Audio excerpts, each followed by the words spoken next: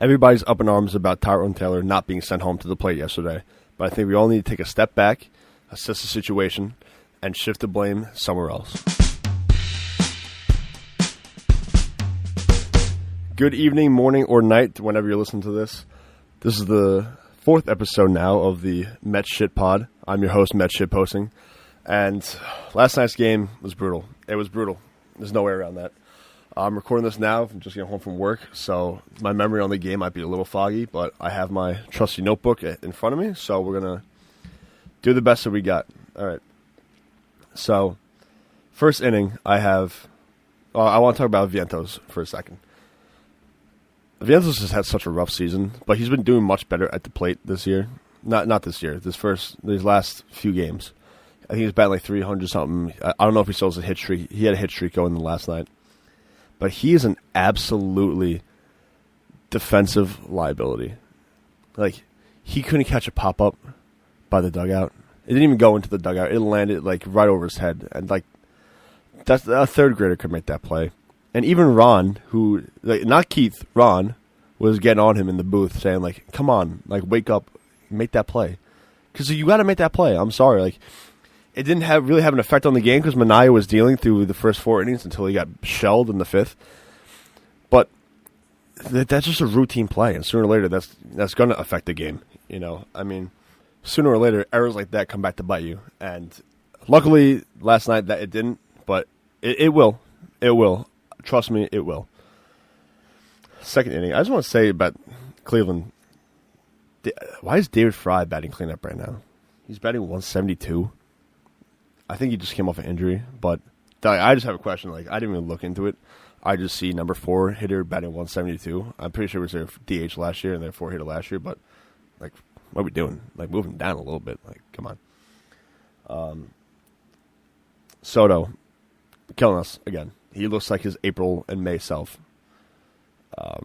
Bat is 10 for his last 68. That's a 147 average, I believe, or 141. Probably 147, I think. So he's killing us. And last night, Nimmo was just, oh my God, Nimmo was terrible. Nimmo was awful at the plate last night. What, 0 for 5? Like, it's not even the golden sombrero. Like, the platinum sombrero, I guess, with 5 strikeouts.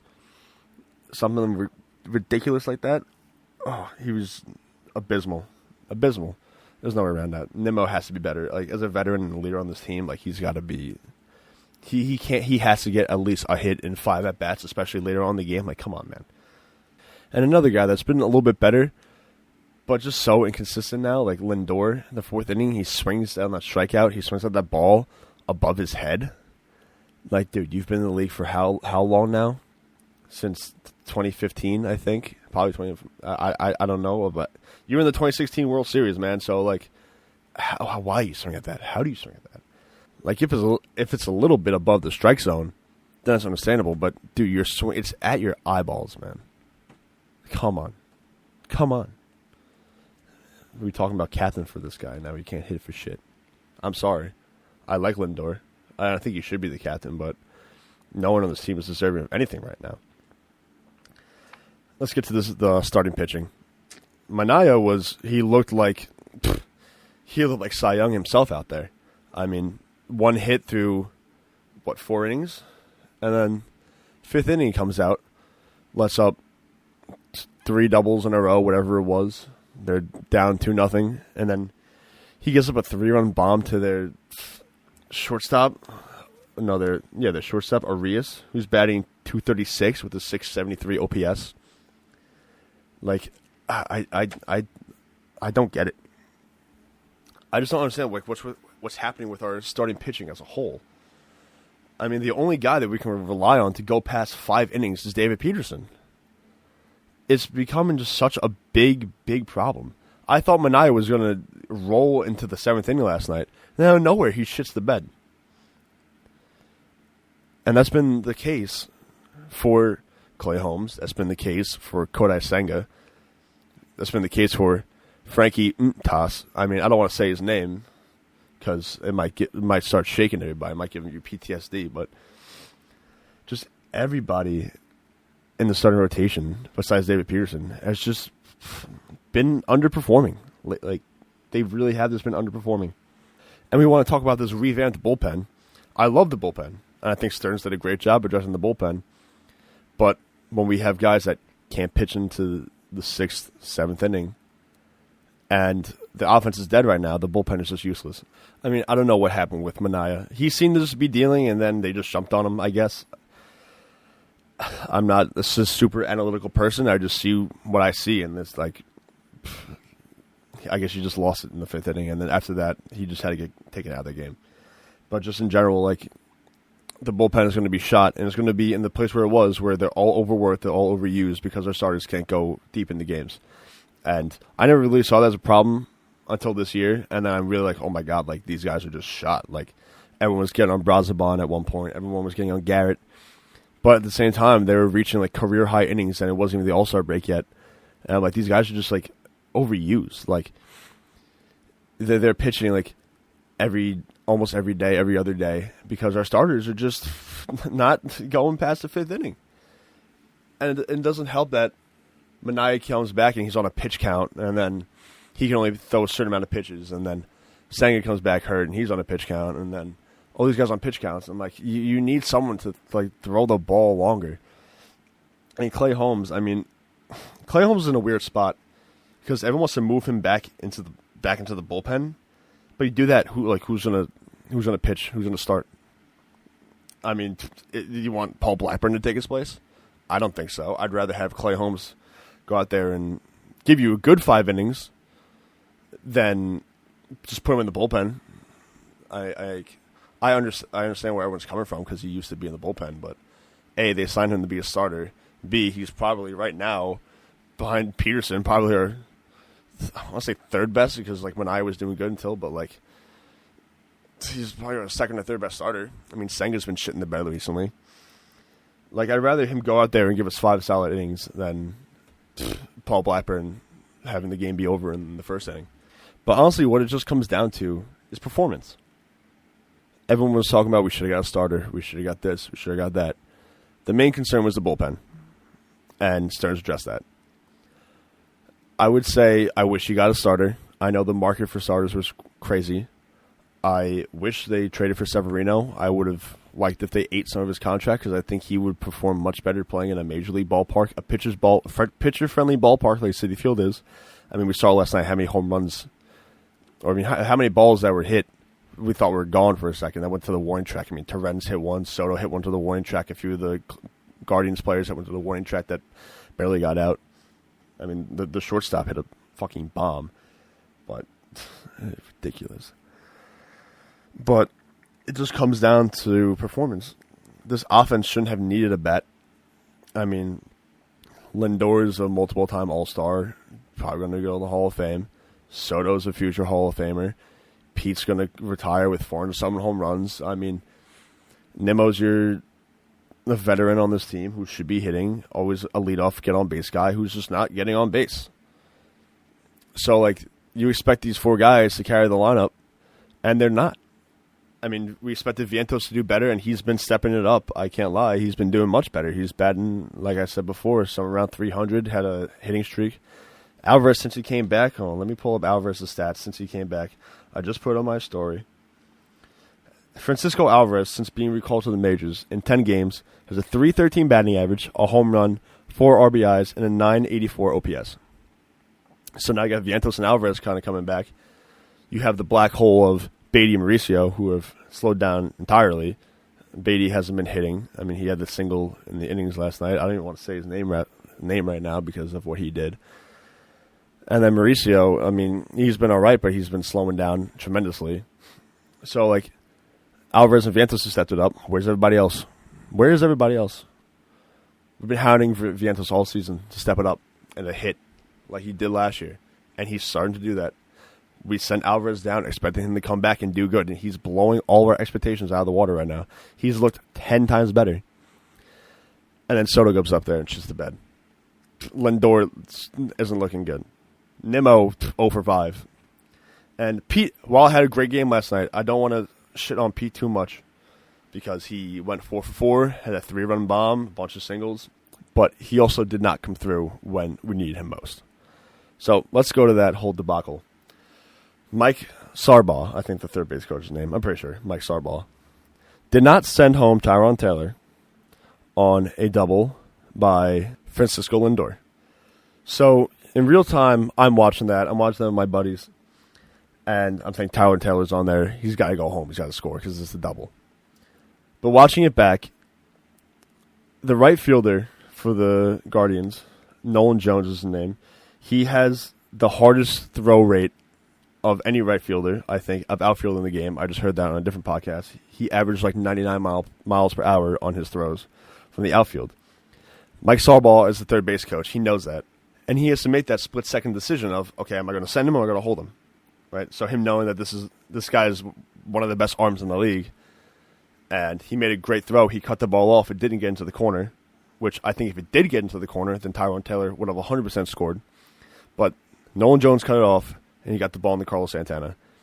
You see Carlos Santana bobble the ball, but Mike Sarbaugh doesn't know that he's going to bobble the ball. He has to assume that he's going to make a clean relay throw, like any good third base coach does. And watching the replay back right now, I'm going to watch it one more time. So Lindor hits the ball. Nolan Jones cuts it off. The ball gets to Santana's glove, and Tyrone Taylor takes like 4 steps back to third base, meaning that he was only like 4 steps past third base when Carlos Santana gets that ball. Santana somehow was a Gold Glover last year.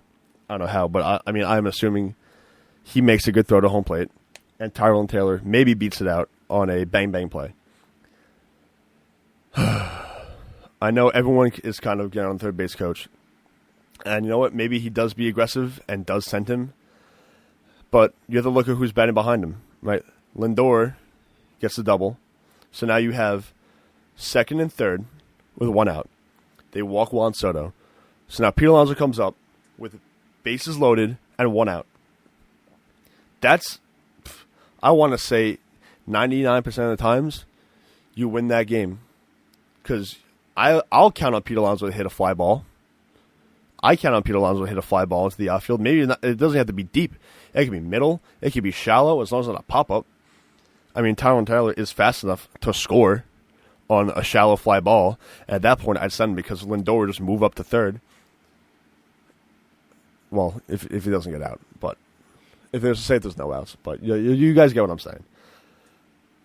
But you put your best players at the plate when you can to win the game. It's like in football, or like any other sport, you want to give the ball to your best player. And Pete Alonso that night was a hot hand. He was 4 for 4. So I don't want to harp on and get on the third base coach because he wanted to kind of play it safe and let Pete Alonso hit a fly ball to win the game. And Pete struck out. If you want to blame anybody, you can blame Pete. I mean, don't blame him too much because he was the only one that kind of showed up tonight. But in that situation, you got to get the ball in the air. Like, you don't have to be the hero and hit a home run or get a base hit. You just need to put the ball in the air. And then Jeff McNeil lines out. He hits it as hard as he can, lines out right to the second baseman, and inning over. So that whole series of events had a lot of just had a lot of stuff to it. Like, didn't send home Tyrone Taylor. Pete Alonso struck out. McNeil lined out. It sucked. But I think the third base coach, in the end, made the right decision. If I was him, and then you laid it out to me and said you could either try to send home Tyrone Taylor, and he maybe gets thrown out at the plate on a very close play, or you take your chances with bases loaded and 1 out, and your big slugger to get the ball in the air. And I would take Pete Alonso to get the ball in the air, but didn't work out and didn't happen. Now let's go into the bottom of the 10th. You have the runner on second, Jose Ramirez coming up. You walk Jose Ramirez because why would you pitch a Jose Ramirez in that spot? It makes no sense. That guy can end the game right then and there. Then I think it was David Fry or whoever it was, lays down a bunt to third base. A terrible bunt. Right, almost like a ground ball right to Brett Beatty. And Brett Beatty sails it. He sails the throw. I mean, Lindor got a little bit of a glove on it, but it was just nowhere in reach, really. That was the play that you can really point some blame on. because while Pete Alonso didn't get the job done, and neither did Jeff McNeil, they both at least contributed. I mean, McNeil had a rough night to play, but he was smoking the ball over the yard. It just went into the wrong people's gloves, and Alonso was 4 for 4. But Brett Beatty got put in as a defensive substitution. You have to make that play. You have to make that play, man. You know, you're up here because A, you don't have any options left, I think, but B, like your glove, you've shown us stuff with your glove that has been made you like a stay on this team to be a defensive substitution, and you do that in that situation. Like, it's just heartbreaking. It's just like, oh my God, you just threw the game away. Just threw it away. I mean, after that, you know they weren't winning. You knew they weren't going to come back. I mean, they had he got an RBI in the bottom of the 10th, but then Luis Torrens almost hit a home run, but you just felt that, and it's like that game is over. The game's over at that point, and it just sucks. Just heartbreaking. There's no way around it. So if you want to blame anybody for tonight's loss, blame Brett Beatty, because I honestly think the third base coach made the right choice and didn't test the best right fielder arm in the game and sent Tyrone Taylor home. As much as I think that Tyrone Taylor, I would like to think Tyrone Taylor makes it or gets in there on a bang-bang play, but again, if you said you got Pete Alonso coming up with the bases loaded and 1 out and all you need is a fly ball, I'm taking my chances with Pete. You're like your guy. Pete's your guy to get a fly ball in that situation, and didn't work out. Before I end, I'll do a little preview of tonight's game. They play the Guardians again at Citi Field. I have a friend that's a big Guardians fan. Shout out C. Murda, that went to last night's game and is going to this night's game. He said that the guy we faced last night, Clade Ciccone, was their best pitcher, and this guy, LT Allen, whatever his name is, sucks. So I'm expecting the Mets to hit this guy tonight. He's 7-9 and has a 4.06 ERA with 81 strikeouts. Stephen Kwan's leading off, and they got Schneemann, Jose Ramirez batting third.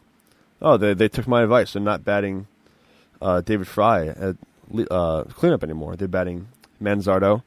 They got, I think, Bo Naylor is his name. Fifth, shortstop Arias batting sixth. Martinez batting seventh. Kafis, the first baseman, batting 8th, and then Rocchio, the second baseman, batting 9th. The starting lineup from the Mets, Marte at DH leading off, Lindor at shortstop batting second, Soto in right field batting third, Alonso playing first, batting fourth, Nimmo batting fifth, Vientos at third base batting sixth, McNeil batting 7, playing second base, Alvarez batting 8th, catching in Tyrone Taylor is in center field. So 1 through 8 is fine. I mean, 9's an auto out. Tyrone Taylor's not doing anything. He has a 199 batting average and a 544 OPS. So I really don't understand the point of training for Cedric Mullins if you're gonna actually just give Tyrone Taylor playing time. Like they've split playing time so far, and it's only been like 4 games, and Mullins was kind of not activated for the first one. But why are we not starting Cedric Mullins? Like he did more last night these past few games than Tyrone Taylor has done for like the last 30 games. Like Mullins has at least gotten walks and gotten on base. He's got a few hits too. I thought he was about to have 2 RBIs last night, but then that second baseman had a great play. Like shout out to I think Rocchio. I think it was whoever it is. Let's see who was playing. Yeah, Rocchio. Mets got Clay Holmes on the mound tonight. 9-6, 3.45 ERA, 91 strikeouts. Clay Holmes tonight, if he pitches good, even if he lets up 2 or 3 runs, but pitches past the 5th inning, it'll be a great quality start for Clay Holmes. Clay Holmes needs to get past the 5th inning. He has to do it at some point. I haven't seen it. I don't know when was the last time I saw it. I don't even think he's done it this year. If Clay Holmes can get past 5 innings, that's a huge win for the Mets. And I think if you score 5 runs this game, which with Francisco Lindor, Juan Soto, Pete Alonso, Brendan Nimmo, and Starling Marte should be able to do, then you win this game because this bullpen is just lights out. If you have Reed Garrett, who was one of your best pitchers, being able to be pitched in the 5th inning, 6th inning, then like that's a ridiculous bullpen. I'm sorry, I love Reed Garrett, but I should just point that out. Well, that's going to be it for this one. I might upload another one after the game, either about the game or a buddy might come over and might do another one of the Ask the Questions. But thank you for tuning in. Stay tuned for the next episode. Follow me at Shitposting. Drop it down in the comments. Let me know what you think, if they should have sent Tyron Taylor home or not. And see you guys next time.